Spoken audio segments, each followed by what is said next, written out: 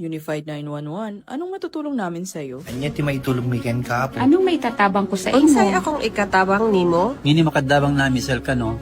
Sa anumang wika o dialekto, may tulong na darating sa iyo.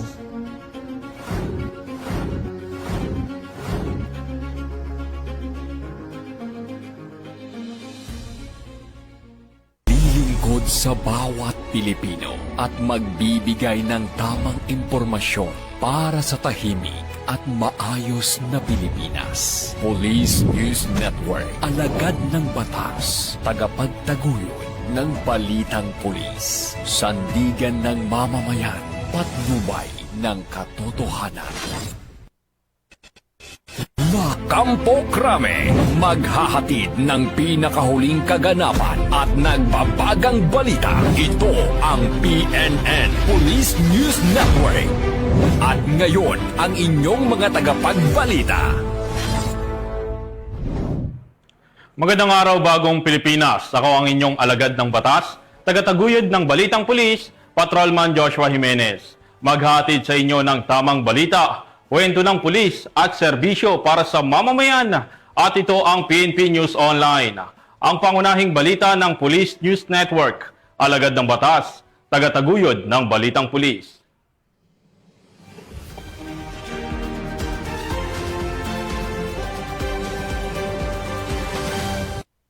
Narito ang mga balitang dapat nyong abangan.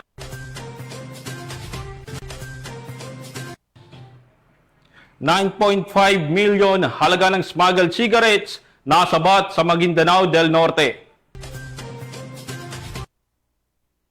Mahigit 1 milyong halaga ng ilegal na droga nasamsam sa operasyon ng Balanga City Police Station.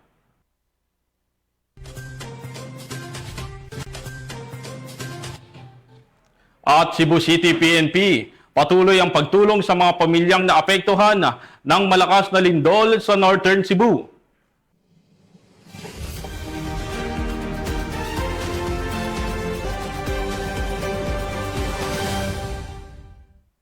Mga balita.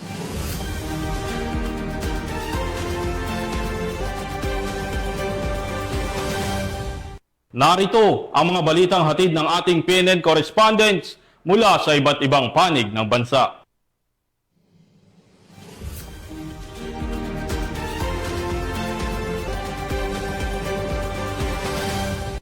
Simulan natin ang balita mula sa bahagi ng Luzon.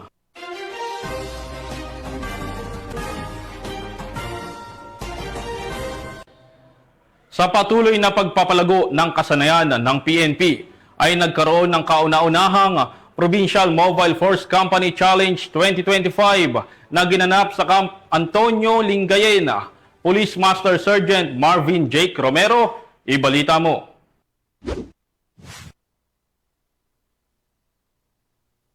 Matagumpay na isinagawa ng Pangasinan Police Provincial Office ang kauna-unahang Pangasinan Police Mobile Force Company Challenge 2025 sa Camp Antonio, Season Lingayen.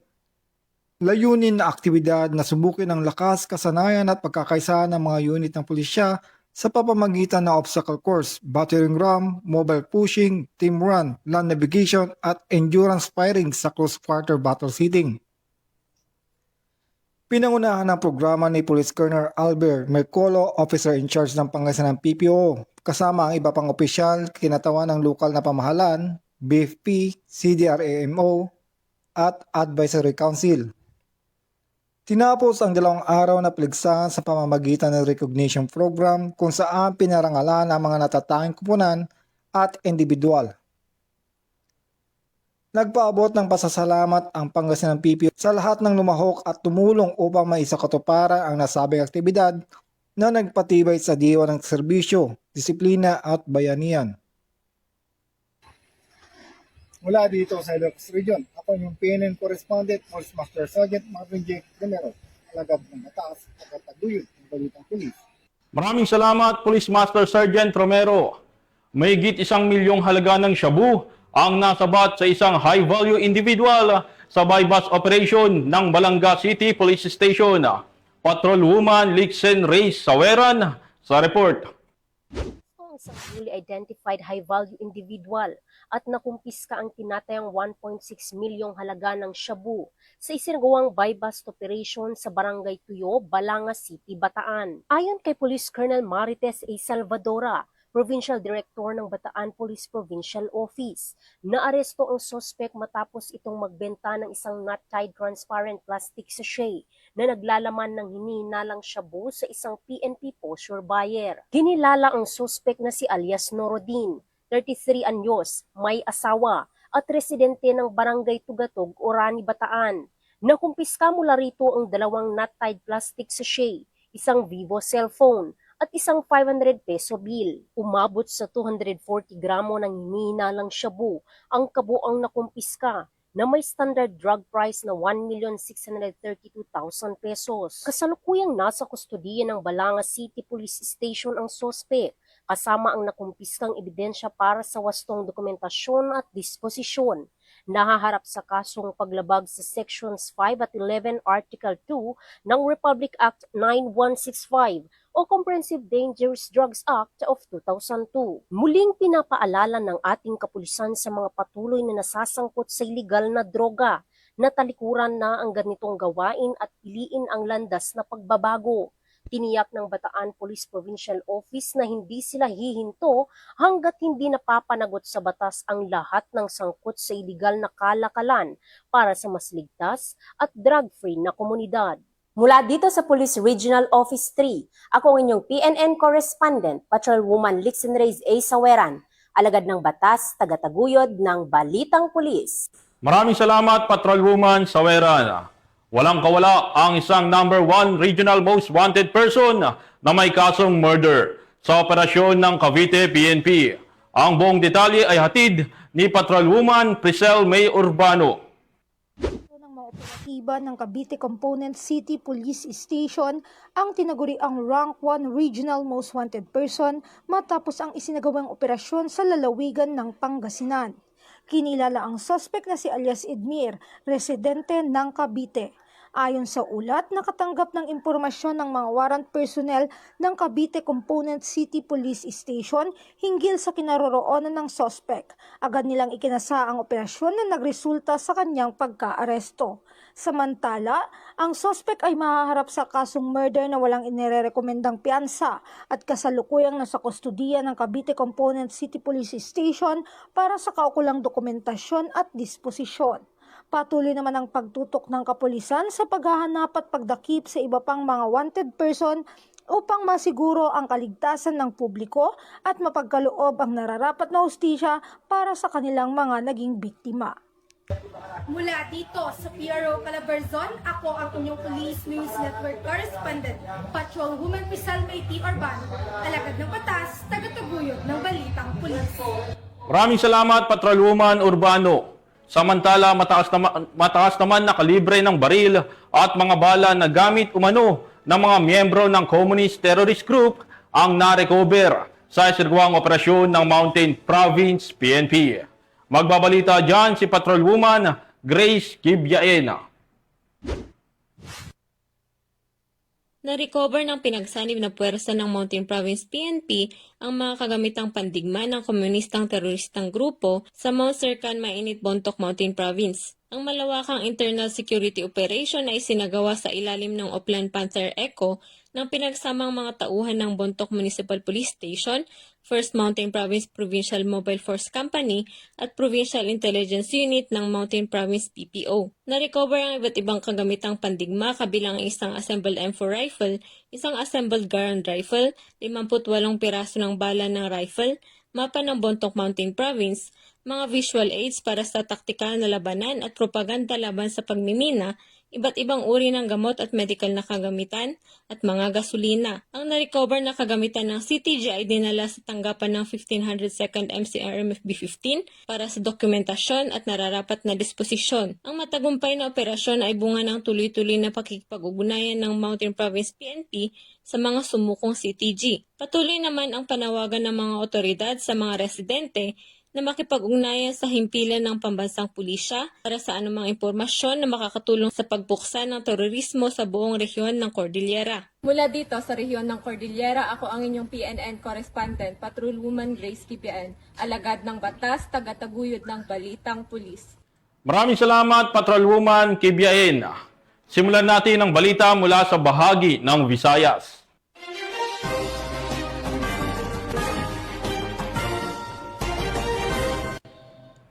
Bilang bahagi ng transformation program ng PNP, Capiz Police Provincial Office, nakiisa sa isinagawang Holistic Wellness Seminar.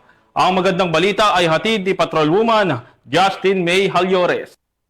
Nagawa ng Regional Advisory Group for Police Transformation and Development 6 ang ikalawang Holistic Wellness Seminar sa Capiz Police Provincial Office nito lamang ika-30 ng Setyembre taong kasalukuyan.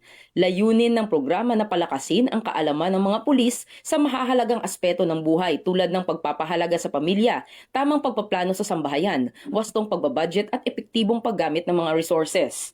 Sa naturang seminar, binigyang diin ang kahalagahan ng pagkakaroon ng balansing pamumuhay para sa mga kawani ng pulisya. Ang aktibidad ay isang konkretong hakbang bilang suporta sa Philippine National Police Transformation Program. Nais nitong ipakita na hindi lamang pisikal na kalakasan ang kailangan ng pulisya, kundi pati na rin ang emosyonal at mental na katatagan. Sa kabuuan, ang Holistic Wellness Seminar ay nagbigay ng pagkakataon sa mga tauhan ng Capiz PPO na muling suriin ang kanilang gawi sa tahanan at trabaho. Ito ay nagsilbing paalala na ang tunay na pagbabago at kalusugan ay nagsisimula sa loob ng sariling pamilya. Isang prinsipyong mahalaga hindi lamang para sa mga pulis kundi para sa buong sambayanan. Dahil sa bagong Pilipinas, ang gusto ng pulis, ligtas ka.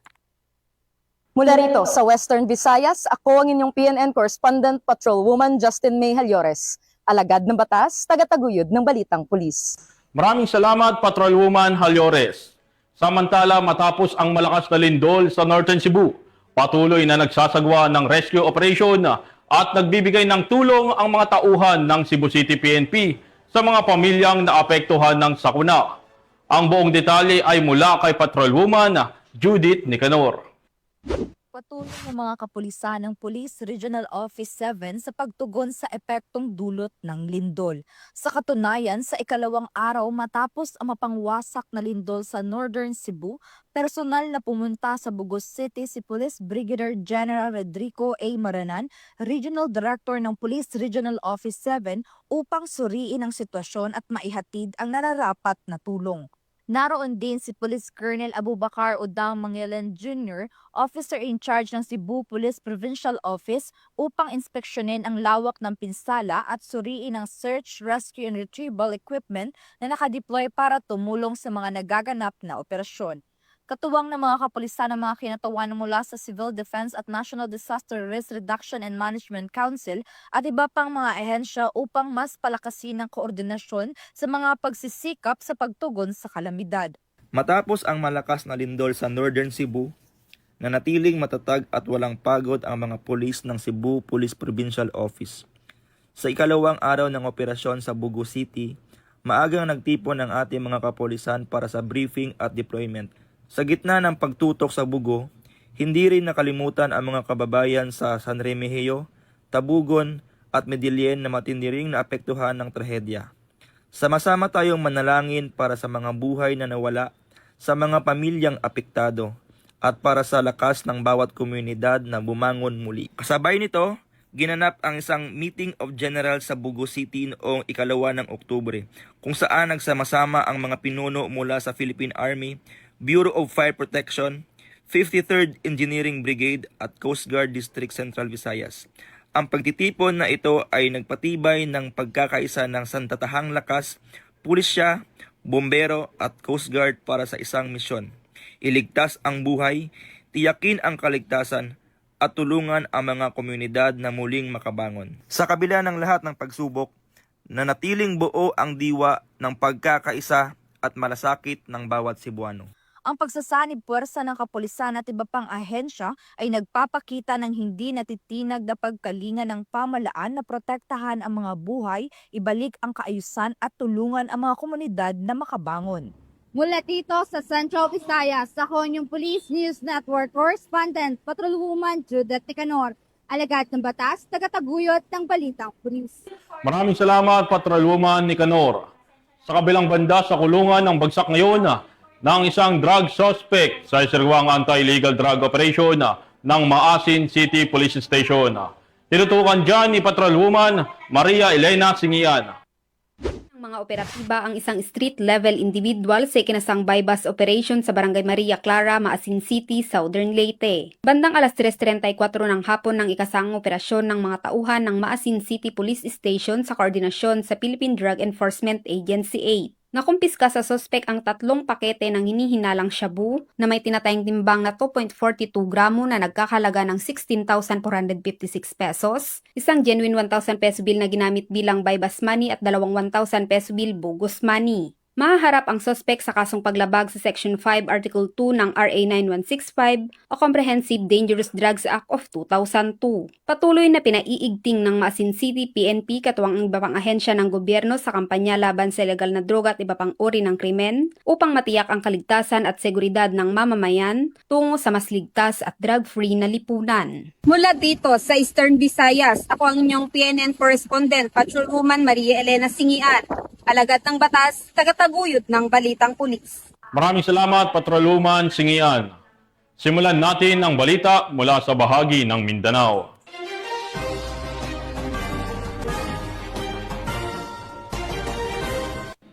Sa paghahain ng search warrant ng mga otoridad, nakumpiska ang ilegal na droga at isang kalibre 22 na baril sa isang lalaki sa Davao del Norte. Patrolwoman Reyna Rose Disipulo, magbabalita.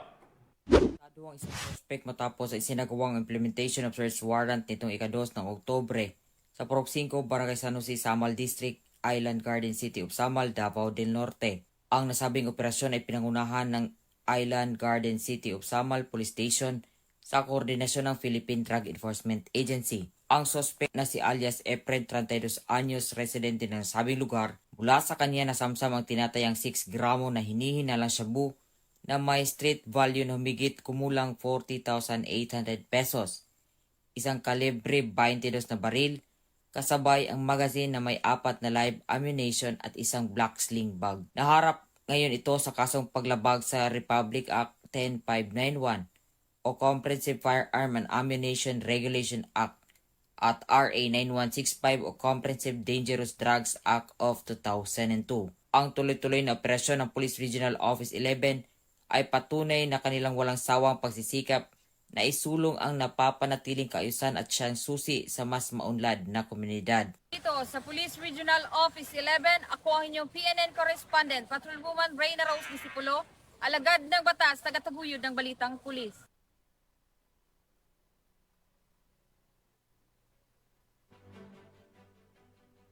Sa mga drug suspects sa Coronadal City at nakumpiska ang mahigit 100,000 piso halaga ng hinihinalang shabu habang naresto naman ang isang suspect. Patrolwoman Jovelyn Dodoso, ibalita mo. Ng pinagsanib na pwersa ng PDEA Child, South Cotabato Police Provincial Drug Enforcement Unit at Coronadal City Police Station ang tinatayang 102,000 halaga ng hinihinalang shabu matapos ang isinagawang bypass operation na nauwi sa enkwentro sa Purok Punta Barrio, Barangay Mabini, Coronadal, South Cotabato.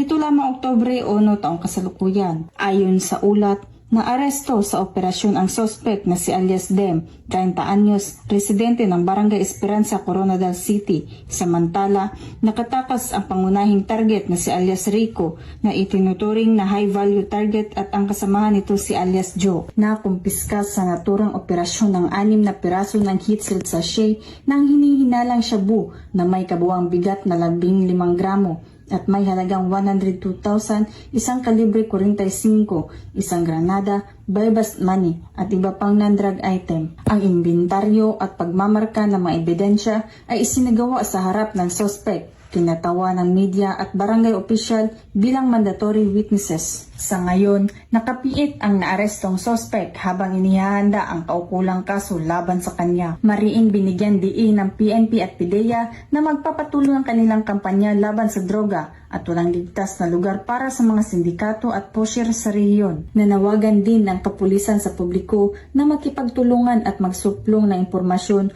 upang tuluyang masugpo ang salot na illegal na droga sa ilalim ng bagong Pilipinas. Mula dito sa Police Regional Office 12, ako ang inyong Police News Network Correspondent, Patrolwoman Jovelyn Dodoso, alagad ng batas, tagataguyod ng Balitang Pulis. Maraming salamat, Patrolwoman Dodoso. Isa sa bahagi ng core values ng PNP ay ang makakalikasan. Kaya naman, matagumpay na naisagawa ang tree planting activity ng mga tauhan ng PNP Dinagat Island sa San Jose. Ang magandang balita ay hatid ni Patrolwoman Joanna Kawili. Nakisang mga pulis mula sa Dinagat Islands Police Provincial Office sa pangunguna ni Police Lieutenant Cristadel Goring ng WCPD sa isang tree growing activity bilang bahagi ng pagdiriwang ng ika-19 anibersaryo ng pagkakatatag ng probinsya ng Dinagat Islands. Ginanap ito sa IGN Yamashiro Nature Loop, Capitol Complex sa Barangay 40 San Jose. Kasama sa aktibidad ang mga empleyado ng pamahalaang panlalawigan at mga kinatawan mula sa iba't ibang ahensya ng gobyerno. Layunin ng aktibidad na isulong hindi lang ang kapayapaan at kaayusan kundi pati na rin ang pangangalaga sa kalikasan at kalusugan ng kapaligiran sa isla. Pagsapit ng alas 4 ng hapon, sabay-sabay nagtanim ng mga punla ang lahat ng kalahok. Ito ay simbolo ng kanilang pangakong aalagaan hindi lang ang mga tao kundi pati na rin ang kalikasan ng Dinagat Islands. Ayon sa Dinagat PNP, hindi lang kami para sa seguridad at katahimikan, kundi para rin sa isang luntiang kinabukasan. Ang ganitong aktibidad ay patunay na ang PNP ay hindi lang tagapagpatupad ng batas, kundi katuwang din sa pangangalaga ng kalikasan para sa mas ligtas at mas masiglang komunidad. Mula dito sa Police Regional Office 13, ako ang inyong PNN Correspondent, Patrolwoman Joanna Kawili, alagad ng batas, tagataguyod ng Balitang Pulis. Maraming salamat, Patrolwoman Kawili. At para sa huling balita, mahigit 9 milyong pisong halaga ng smuggled cigarettes ang nakumpiska sa operasyon ng otoridad sa Maguindanao del Norte at 2 sospek arestado. Patrolwoman Marie Chris Algabre, ibalita mo. Nakumpiska ang 9.5 million pesos halaga ng smuggled cigarettes sa isinagawang checkpoint operation ng 2 MPS sa Barangay Poblasyon Dato Udin Sinsuat, Maguindanao del Norte. Nito lamang ika-2 ng Oktubre taong kasalukuyan. Kinilala ni Police Lieutenant Colonel Ismail Madin, Chief of Police ng Dato Udin Sinsuat Municipal Police Station ang mga sospek na sina alias Ray, 22 anyos at si alias Andro, 26 anyos na pawang residente ng New Isabela, Tacurong City. Ayon sa ulat, habang nagsasagawa ng checkpoint operation ang mga personahe ng 2 MPS nang pahintuin at dumaan sa pagsusuri ang 2 Isuzu truck na lulan umano ang kahong-kahon na sigarilyo na nagpapahiwatig na iligal itong inilihis mula sa itinakdang export market dahil wala itong naipakitang kaukulang dokumento.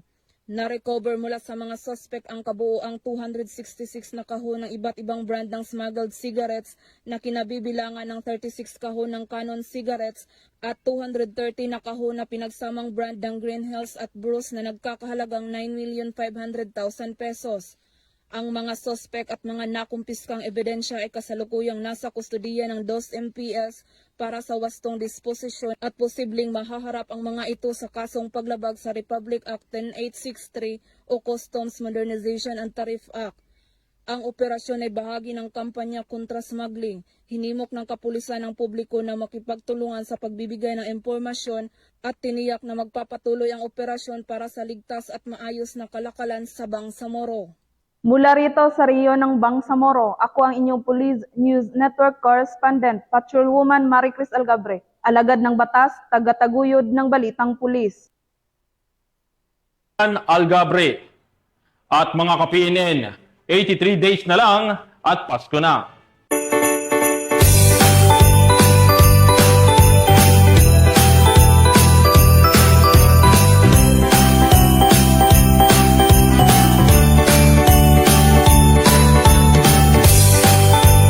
Sa ngalan ng pamunuan ng Philippine National Police sa pangunguna ni Acting Chief PNP Police Lieutenant General Jose Melencio C. Nartates Jr.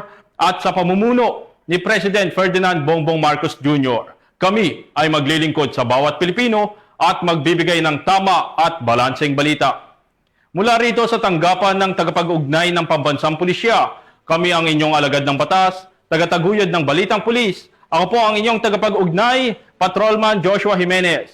Maghahatid ng tamang balita, kwento ng pulis at serbisyo para sa mamamayan at ito ang PNP News Online, ang pangunahing balita ng Police News Network.